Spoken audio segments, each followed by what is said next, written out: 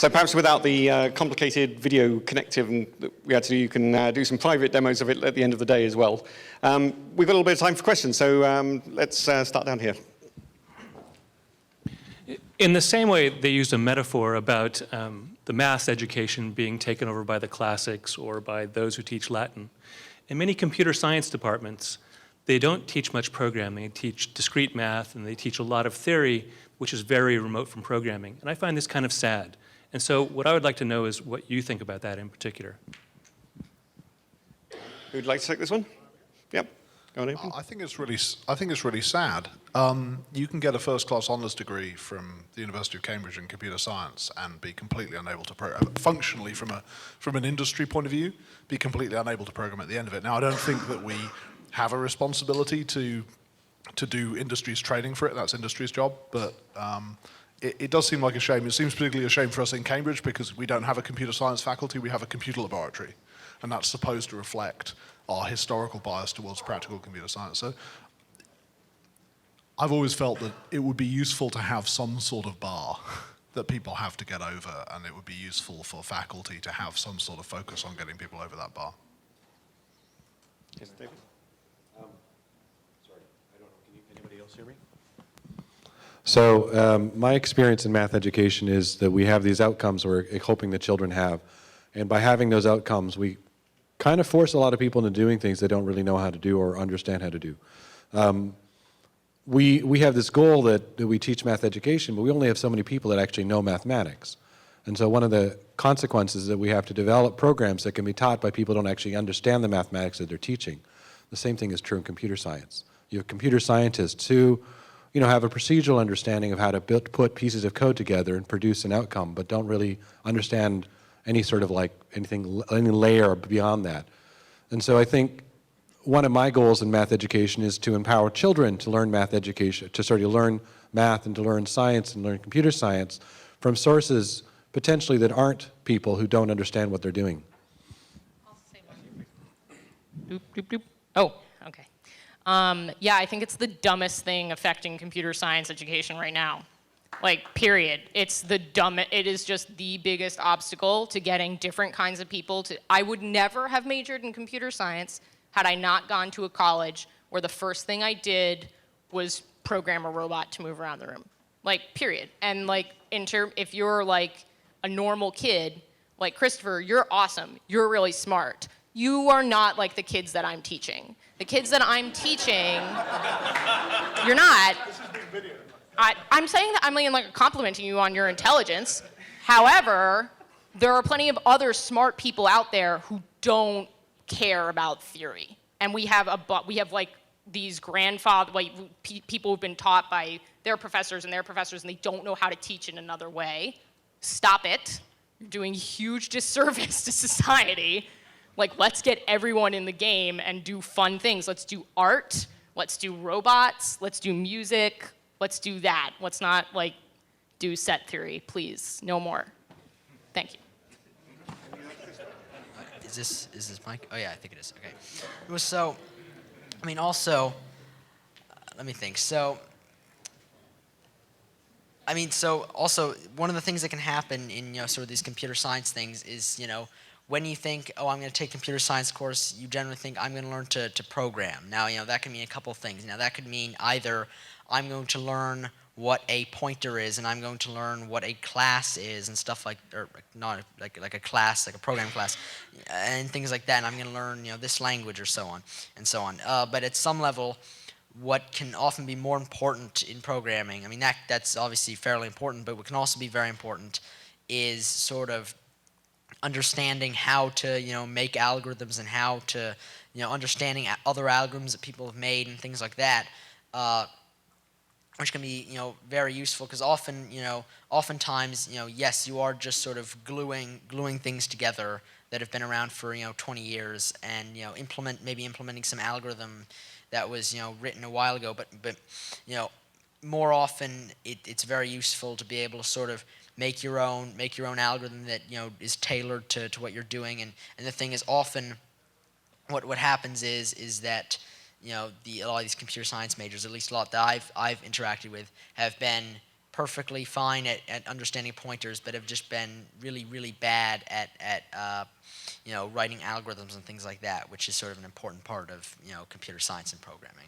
But Yeah, go ahead.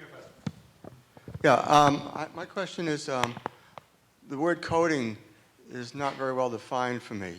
So I think about coding in lots of different ways. I learned APL, which is a real old language, which was... I show my age. So coding is a method for translating algorithms into something that the computer will actually do. It's a transfer of information as far as I can see it. And so when you talk about coding, I don't know whether you include or exclude, and I don't know how a student should evolve to get to that process, and that necessarily they don't need to start with writing APL code or writing machine language code, and probably they shouldn't get to that for a long time until they really want to be there. And so I think myself that a student can get to this thing through scripting, which is different from coding. They can get to it from learning about spreadsheets and getting more control of how spreadsheets work and wanting to get more control of data and information. And so I don't know what you mean by coding, and maybe somebody could tell me what they mean by that.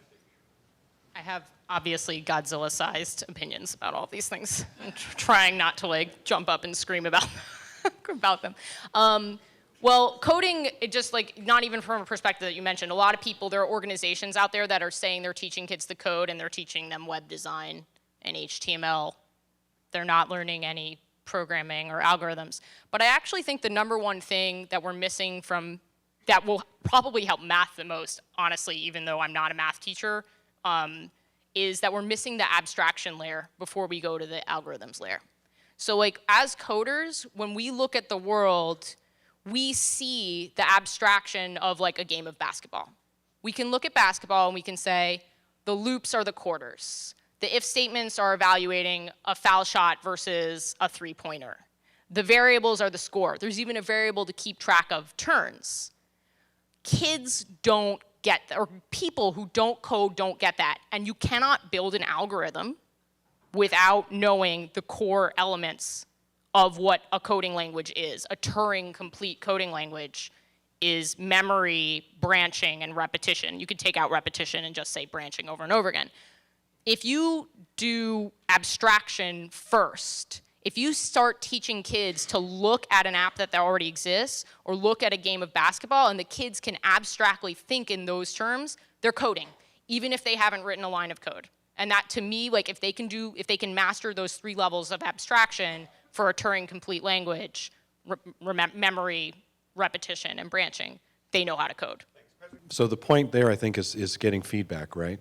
So I think that, like, if we're trying to learn how to do an algorithm, that one way to do it is to start by building little algorithms with pieces of code and seeing what happens, and learning that when you put different pieces of code together, you end up with different algorithms and different results.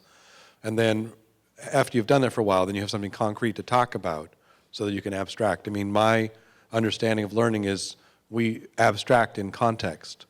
We don't necessarily abstract over a large number of contexts, and then we have lots and lots of experiences with different ideas, or the same idea in different areas, before we can really think about it in the terms that you're talking about.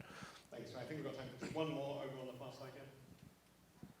This isn't a question specifically about coding, but I buy into everything you're saying. I actually would love for you to come talk at our school. Okay. But the thing that we struggle with is the reality of the fact that kids are taking SAT2s and SATs, and I would love for you guys to go talk to college admissions officers, because that's something that we have to deal with, and I don't know how to circumvent that effectively. So I don't know. Any advice you can give? Can I just really briefly, before other people comment, if you have a large problem, you start where you can. So if you have a really dirty house, you start in the corner. The places in the corner in the education system are after-school programs, short units inside of different courses over the course of years, and community centers. I mean, I think we all know that the Estonian experience of being able to cause change at high level is real. I think now we've had that done it in a small country with Estonia. I think we've now had the experience of doing it in the UK. We're halfway through a transition between a really appalling computing curriculum and teachers being forced to teach really terrible stuff to hopefully one which was written. A curriculum was written by Simon Peyton-Jones from Microsoft Research, which has all this wonderful language about 7-year-old kids needing to be able to understand iteration and conditionals and program in 2 languages and do simple debugging and reason about the time complexity of algorithms and stuff. So I think it is possible to foment change. I think it's important to foment change because one of the problems with the corners is that the corners are a good place to start. The corners are where Raspberry Pi has started. One of the problems with the corners is that it actually tends to Our concern is that it tends to widen inequality rather than narrow inequality because the good schools will get better and the lousy schools will get left behind, and there's really no substitute for centralized action alongside. Once you've done some stuff in the corners, you've then got to make the leap to central action, to government action. Otherwise, you're never going to get everybody. I think I'll just say that this is the entire point of Girls Who Code. We are trying to not just for girls, but for everyone. We're trying to disrupt this space, and I think we're pretty good at it. For just on a micro level, we have an after-school clubs program. If you want to start a club, you can come and talk to me. We'll provide a teacher. I think the thing that has worked the best for me, where I see girls and parents forcing their schools to get involved, is when parents and girls understand that we have too many doctors and too many lawyers, and this is the new doctor. This is the new lawyer. And if you tell them that kids are graduating from law school with A, debt, and B, no job, there is a group of kids, the kids in those low-income neighborhoods, that are like, oh, crap, because that's what they've been trying to do. You tell them that. That's number one. Number two, building, I think this is cheesy, but you have to build a support network. The support network that I've built for my students, that we've built for our students, is crazy. I have 2 students who are going out and now teaching 100 girls. Because we've said, we're gonna support you, we're gonna be your family. And it's like that cheesiness, more than the quality of the education, even though it's really high, that's getting it done. Like, we're now teaching thousands of girls every year, and like, because the girls feel like they have a family. And you know, being like, it's gonna be tough, but like, you have to do it because no one else is. And I find that that works really well. Those are micro, but if we all do it, it'd be a lot easier.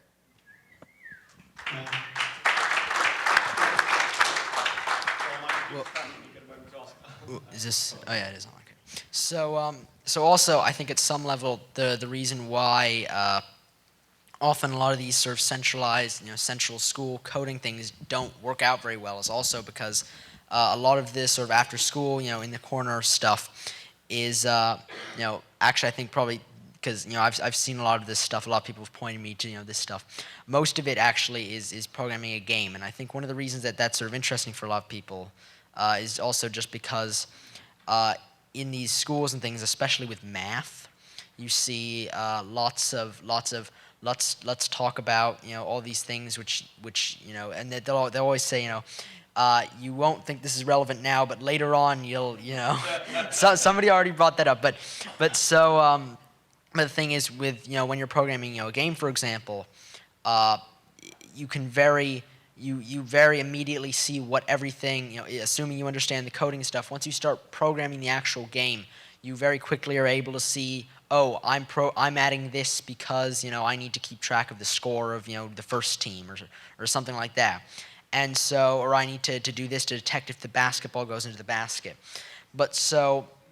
And so you can sort of immediately see why you need everything, and then maybe you don't know how to detect if the basketball goes into the basket. Then you learn about however your game engine, I'm assuming uses deals with this, and then you learn about that, and there you go. But so now the thing is that when you can immediately see sort of what everything does, and you can immediately see oh, I want to, in the end I want this to happen. It doesn't. First of all, that doesn't usually work on very big scales because, if you have 100 kids, it becomes a lot harder to do that. And then also the fact that, you also do have to understand a lot of the general sort of coding stuff and things. And I think that Jon, thank you very much. And I think we have